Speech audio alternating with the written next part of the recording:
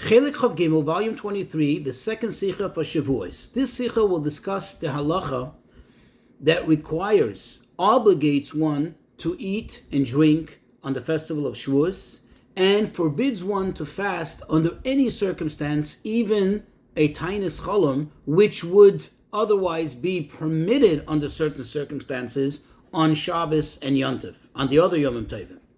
Also, in the Sicha, we'll learn to appreciate the great novelty and accomplishment of what took place on Har Sinai when Hashem gave us the Torah. In order to better appreciate the Sicha and to be able to flow through it, we'll introduce the concept of lachem. Lachem literally means, quote, to you. Going to the Gemara in Meseches Psachim on Samaches Amud Beis, 68b. Over there, the Gemara says that there's a machlokes between Rabbi Eliezer and Rabbi Yeshua. Rabbi Eliezer says that a person on Yontif, on any of the festivals, can choose. Either they can eat and drink, or they should sit and learn. Yoshev v'shayna. In other words, you're not obligated to eat. There's no obligation to eat. You can choose. However, Rabbi Yeshua says no. You must equally divide it. There has to be a component, half, meaning part of it has to be for eating and drinking, and a chetzioi leveisa medrash, and the other half you spend in the study hall, learning, davening, and so on. So the Gemara continues, and he says, Rabbi Yochanan gives us insight into what's behind the basis of this debate. See, there are two verses. In Devarim, in Deuteronomy, chapter 16, verse 8, it says, in reference to the festivals, Atzeres Lashem Elikecha, that this is an assembly for Hashem, your God. Whereas in Bamidbar, in the book of Numbers, chapter 29, verse 35, it says, in reference to the festivals, Atzeres Tia Lochem, it shall be an assembly to you. And therefore, Rabbi Eliezer understands this to be that this is giving us an option. It's either this or that. Both are true, both are okay. Whereas Rabbi Yeshua says, no, this is telling us that both of them are equally important. Both of them are absolute components of the observance of the festivals. The Gemara continues and concludes with the following, that Rabbi Eliezer says, Hakol moedim ba'atzeres de'be'inanam lechem, that in fact everybody agrees, meaning even Rabbi Eliezer, that when it comes to Shavuos, when it comes to Atzeres, everybody agrees that there has to be a component of, quote, lachem, to you, which means there has to be eating and drinking. So why, says, my timer, what's the reason? Because this is Yom Shenitten by Torah, this is the day which the Torah was given. So that's one thing to be familiar with. Another thing, what is this idea of a tainis cholam? A fast for a bad dream that you're allowed to fast on Shabbos. So the rule is that on Shabbos and Yom Tov you have to eat. There are seudas, there are meals that one has to partake in. However, if one wakes up Shabbos morning and had a terrible nightmarish dream, which it throws them into a scare, and the only way they find perhaps that they could improve it, meaning they can sweeten it, so to speak, is by fasting, which is a form of prayer. Says the halacha, there's a waiver, there's room in halacha that if one absolutely feels that he absolutely needs to do so, one is allowed to fast even on Shabbos. What is the reasoning behind it? In other words, what's the reason that one is given this waiver, this allowance? The answer is because the idea of eating on Shabbos is oinig. You karasel Shabbos oinig. You're supposed to have pleasure on Shabbos. And the Chachamim deemed it to be through eating and drinking. Well, for this person, quote, as it says in the Alter Rebbe Shulchan Aruch, since he is in such distress, he is so distraught, for him, this is something which is pleasure. For him, this fasting is soothing him and gives him that hope that he can improve the dream, and therefore for him, this is considered to be einig, and therefore it's allowed on Shabbos. Let's go into the Sicha.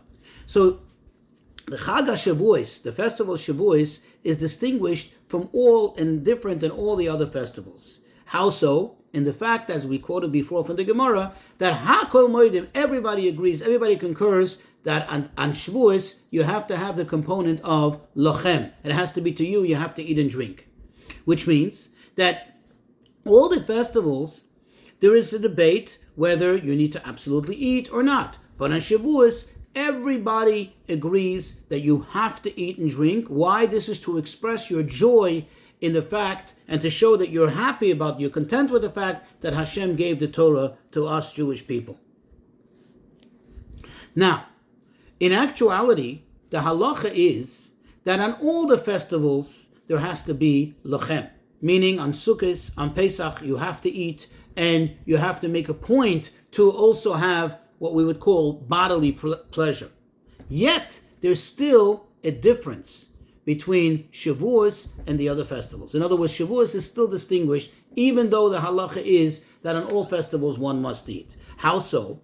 On all the other festivals, including Shabbos, if one feels compelled to fast, as we said in the introduction, a tainas cholam, for that person this is, quote, his pleasure at the moment, because they're in such a distraught state, the person is allowed to fast. Whereas on Shavuos, even if somebody had a terrible dream, and even if they think that this will help them feel better and have, quote, better pleasure or more pleasure, still, they're not allowed to fast. They must eat. There is no waiver on Shavuos for not eating. Now, if you think about it, one can ask the following question. It would seem that if you analyze it, Pesach and Sukkot, the other major festivals, actually come about and they celebrate a miracles or a physical aspect of things. How so? The miracles that happen on Pesach and Sukkot relate to the physical redemption of the Jewish people, the exodus from Egypt, Yetzias Mitzrayim, or Sukkot commemorates Hashem's protection of us, not the protection of the soul, but the protection of the bodies, that we were kept protected from the elements in the desert. Whereas Shavuos, what is Shavuos all about? Shavuos celebrates the giving of the Torah, which is a very spiritual thing. So how come Pesach and Sukkot, you can get away with not having that physical pleasure, if it suits you at the moment? Whereas Shavuos, which is really a spiritual celebration of the spiritual, yet there is no waiver, there is no allowance for not eating on this special festival.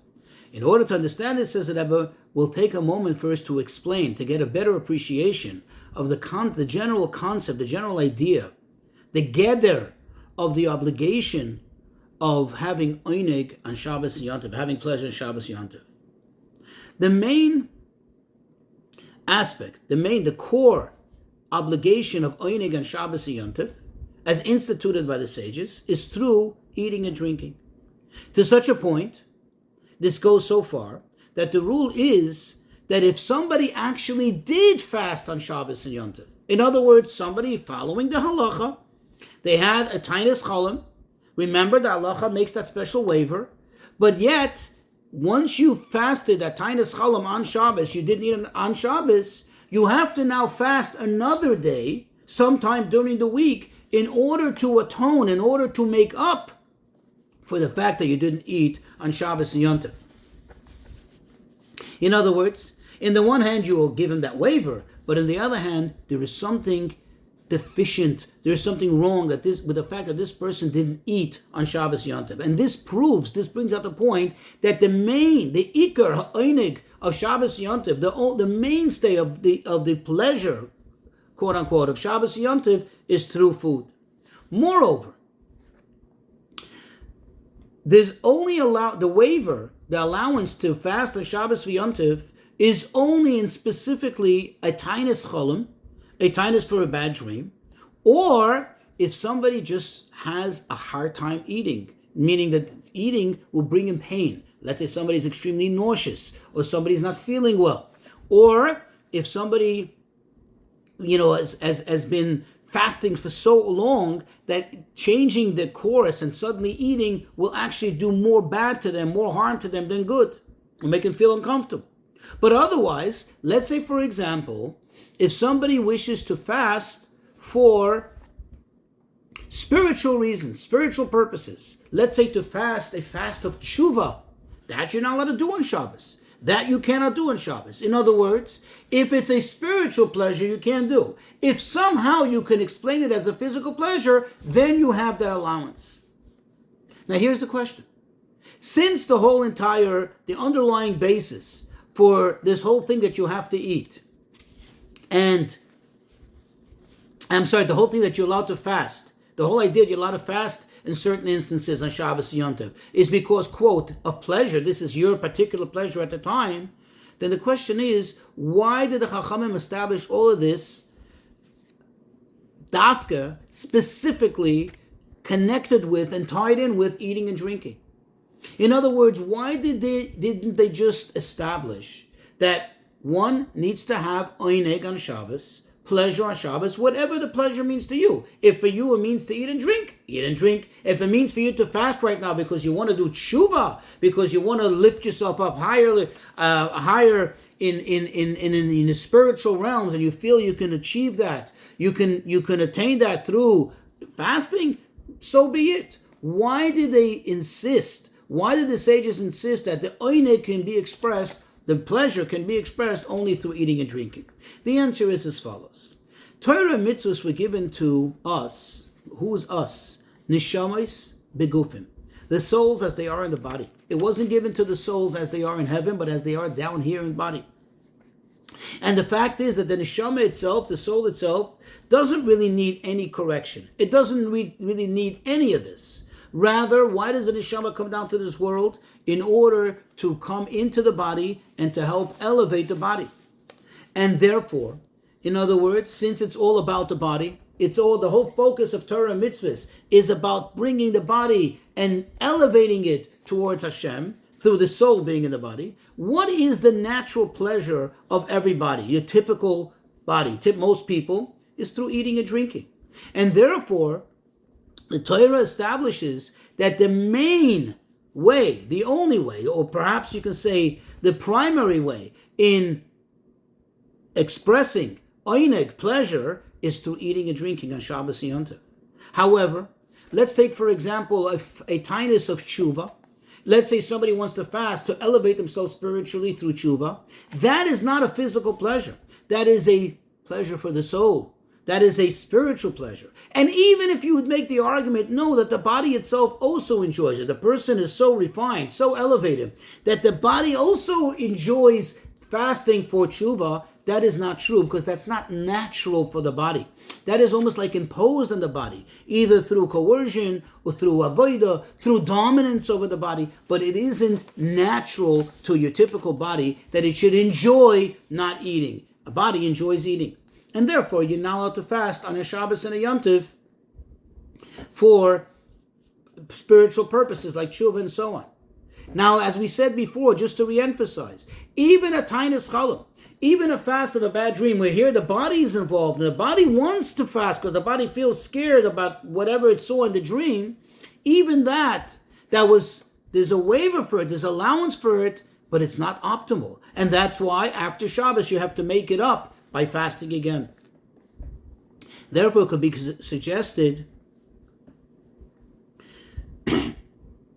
that an interesting thing, says the Rebbe, just a beautiful kind of nuance, a remes, if I may, that typically whenever it's presented, this idea that one is allowed to fast on Shabbos and Yom Tov in certain circumstances, it's always brought out as a tinus chalam. That means the general title for this allowance, for this waiver, is called the fasting of a tinus chalam. Even though it's not only a tinus chalam, it could also be other instances, as I mentioned before, in which a person feels discomfort or nauseous or whatever it is, and therefore they're allowed not to eat on Shabbos. Why is it, says the Rebbe, just an interesting premise, an interesting hint that we can find in this, that it's always brought out as the concept of the idea of fasting a tinus chalam.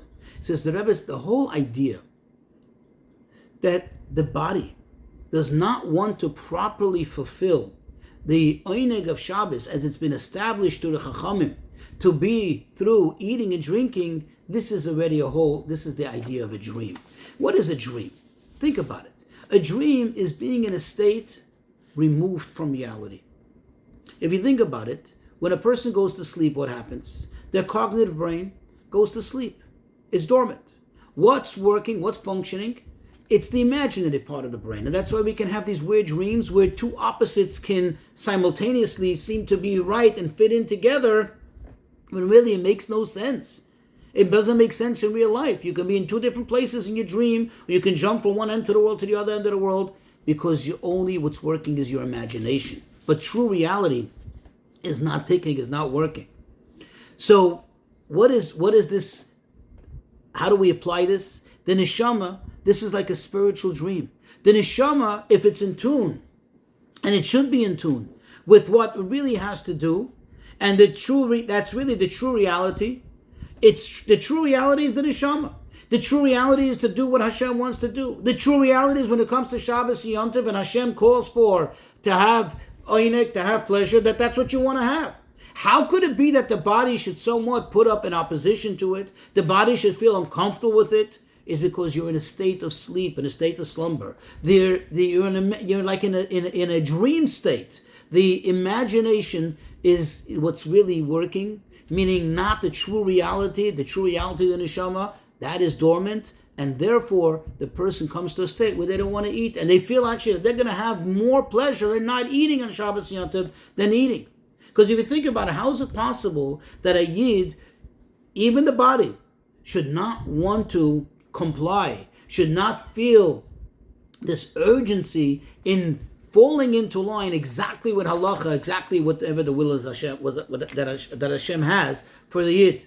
And we're not talking about a yid who's not observant, somebody who doesn't keep Torah mitzvahs. Okay, rather we're talking about a yid who keeps Torah mitzvahs ordinarily. How is it possible to be in such a concealed state, in such a manner, where your body is not allowing you to enjoy food and wants you to enjoy the opposite? That's because you're in a state of sleep, in a state of dream. And based on all of this that we just explained, again, to summarize, that the main expression of Oineg and Shabbos and Yom Tov is through eating, but ultimately it's about the Oineg, about the pleasure. We'll appreciate that on Shavuos, there is no such waiver for this even tiniest chalom. Because as we said, the idea that a yid should not have pleasure from eating and drinking is really being in a state of a dream. It means that the body and the soul are not really fully connected, and they're not really fused together in the most optimal manner. You see, if we think about it, what really is the chidush? What really was the great novelty of the revelation by Matan Torah, revelation of godliness? What really happened there, what really was accomplished, is that godliness was revealed to the extent that it permeated the entire creation. As the Chazal say, as they express it, it says, quote, even birds didn't chirp, no cows moved, and the entire world was silent and still and totally absorbing. Every aspect of creation was absorbing the words that Hashem said, the revelation of godliness. In fact, there's another great miracle that took place, but it's not a miracle actually. The Rebbe explains it elsewhere. It's a totally natural expression, a natural result of what happened by Matan Torah, and that is that there were no echoes. You think about it, Hashem's storming voice was so loud it should have echoed off the mountains. Why did it not echo off the mountains? Because it got absorbed in the mountains. Even in the stone of the mountains, it got absorbed. What is an echo? When something bounces off, it doesn't get absorbed. Torah, or better yet, the revelation of godliness that happened by Matan Torah permeated the entire world. How did this happen? How is it possible that godliness can permeate each and every aspect of the world, even a stone? The answer is because the revelation that took place in Matan Torah was that the atzmus of Hashem, the essence of Hashem, as we say in the word Anoichi, Anoichi stands for Anon Nafshi Ksavos Yavis. Hashem said, I myself, as he starts, Anoichi, I revealed myself. Now, atzmus, essence, is the true infinity. It has no limitations. Nothing can stop it, nothing can bar it. And therefore, there is no place in the world that the revelation of godliness did not reach it, did not permeate it. And that's what we celebrate on Shavuos. On Shavuos, that's what we're celebrating. However, on Pesach and Sichos, which were only certain revelations of certain levels of godliness, well, meaning Oiros and Giluyim, certain Oiros and certain revelations, well, that leaves room for some kind of, quote, dream. that leaves room that in some spot, in some place, or to a certain extent, it has an effect and it permeates and it affects it and it illuminates it. But then there's parts which remain, so to speak, dark. It doesn't reach it. But the Simcha for Torah, which we celebrate on Shavuos, there is absolutely no hester whatsoever. It permeates and it reaches every madrega, every one of the levels, even the lowest levels. And this reach is even in the quote, in the world of dreams, in the realm of dreams, that even there's no obstacles in any whatsoever way, and therefore the halacha is that on Shavuos there's absolutely no fasting, and one must eat and drink to express this idea that the godliness came to permeate, to make its revelation into the lowest of levels, and that the neshama is down here in the guf, that the ultimate purpose is the guf, the Torah and mitzvahs of the guf.